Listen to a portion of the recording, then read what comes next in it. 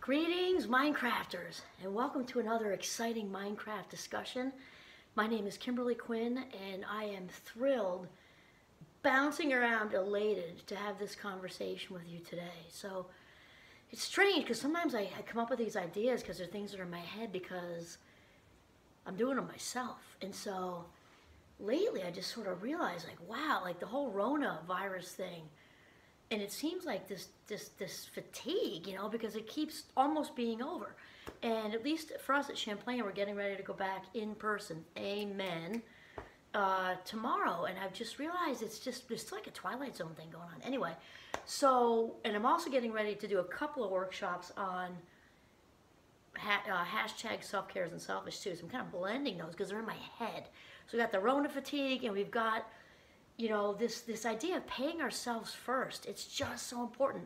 And often when we hear pay yourself first, it's a financial planner, which is good advice, right? To, pay whatever amount in your savings account and then the rest of the bills. And that's how we end up saving. Well, think of that, transfer that to pay yourself first as far as our own mental, physical, and spiritual well-being. Because, and especially for women, it's obviously it's true for men and everywhere in between. We as women, and I would say women who are mothers too, it's been, especially in my age range at a fabulous 57, it's been instilled in us for a long time that if you put yourself first for, this long, for a hot bath or, let's say a spa day, whoa, but that you're like a bad mother, bad daughter, bad sister, bad partner, and people don't even necessarily have to say that to us. I think we just kind of, it's like in our hard drive that we're being selfish, and we're not being selfish. We cannot give what we don't have. We've talked about that, right? So when our wells run dry, we have nothing left to give, right? So it's so important to keep ourselves filled up.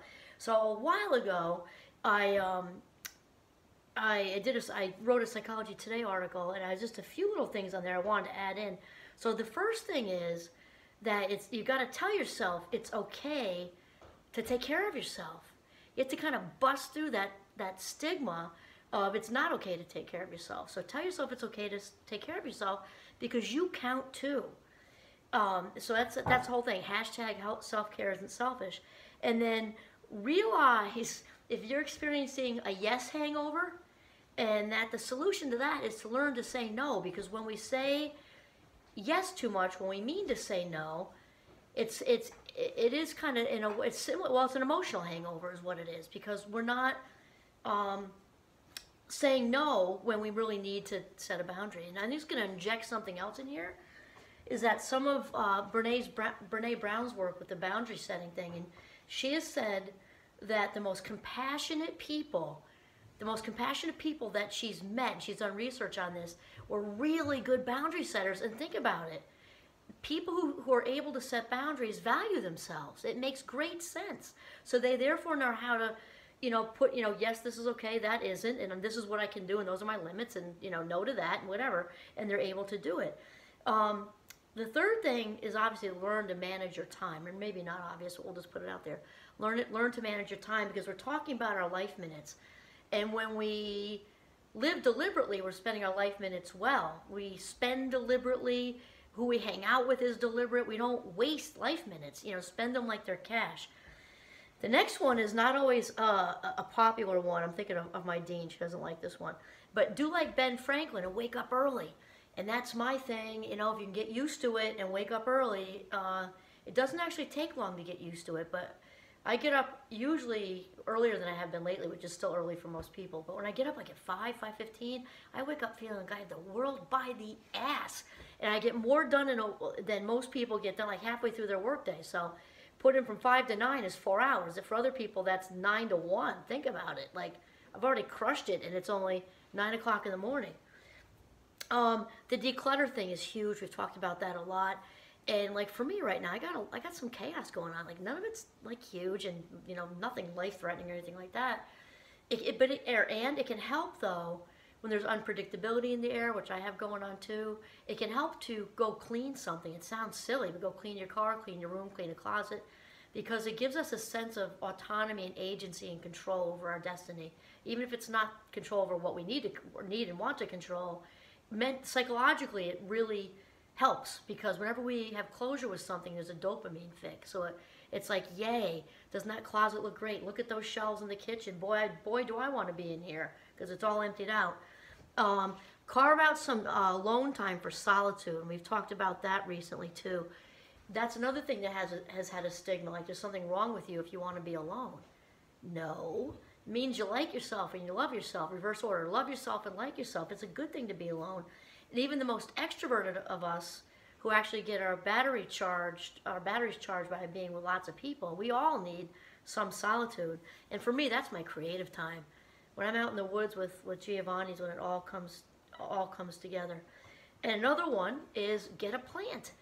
And not good for me. Anybody who knows me knows that plants fear me. But for most people, that's a really good thing to do. Especially in the winter, you can get a cool flowering plant, or even fresh cut flowers are good. I'm a big fan of the succulents and cacti, because those I can't kill quite as easily. And then spend at least 5 minutes being mindful each day. Remember, that doesn't mean you have to be a monk a Tibetan monk in a cave eating yogurt. Mindfulness is about being in the moment, being present, just doing whatever you're doing. Skiing, sledding, cooking, sipping hot cider with a friend, snuggling on the couch with your partner, watching a movie. It just means being in the moment. So hopefully it's more than 5 minutes a day. Oops, I already nailed the cut fresh flowers one. Buy freshly cut flowers for you. The people at Hannaford's know that they're for me, so they don't even put them in a bag anymore, which is kind of funny. I also sometimes put them in the bathroom, because why not? Especially now, since I just got a new mirror with little black bears on it. That's my new theme. So that'd be a great place to put it. And then lastly, and this is one of my favorite ones, is find your power song. And and I grab a spatula. Actually, last night I grabbed something else. I think it was a spoon, a serving spoon. And sometimes I get up on the coffee table, our old coffee table. This one's a little slippery.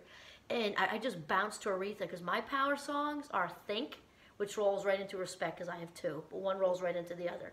And it's amazing how energized I feel, with authentic confidence, especially if you got to take something on, which, I got some unpredictable stuff going on right now. I got to take some stuff on. None of it's huge, but you just got to be on your game. And how confident you feel, how confident I feel after I've danced around to Aretha with Think and my spatula, my serving spoon, is just amazing. So this is about pay yourself first. We cannot give what we do not have. We've got to keep ourselves filled up. And Oprah, sometimes talks about, when she says keep yourselves filled up, and people might say, oh, yourself, oh, yourself. Who cares what they say? Yes, be full of yourself in this way. Not in a narcissistic way, not in a selfish way, in an authentic way where you love and like yourself. Keep yourself filled up, because you'll be better for you, living the highest version of yourself, and anybody else who's around you. Okay, pay yourself first. This is Kimberly Quinn signing off from the beautiful Northern Vermont. Have a mindful day.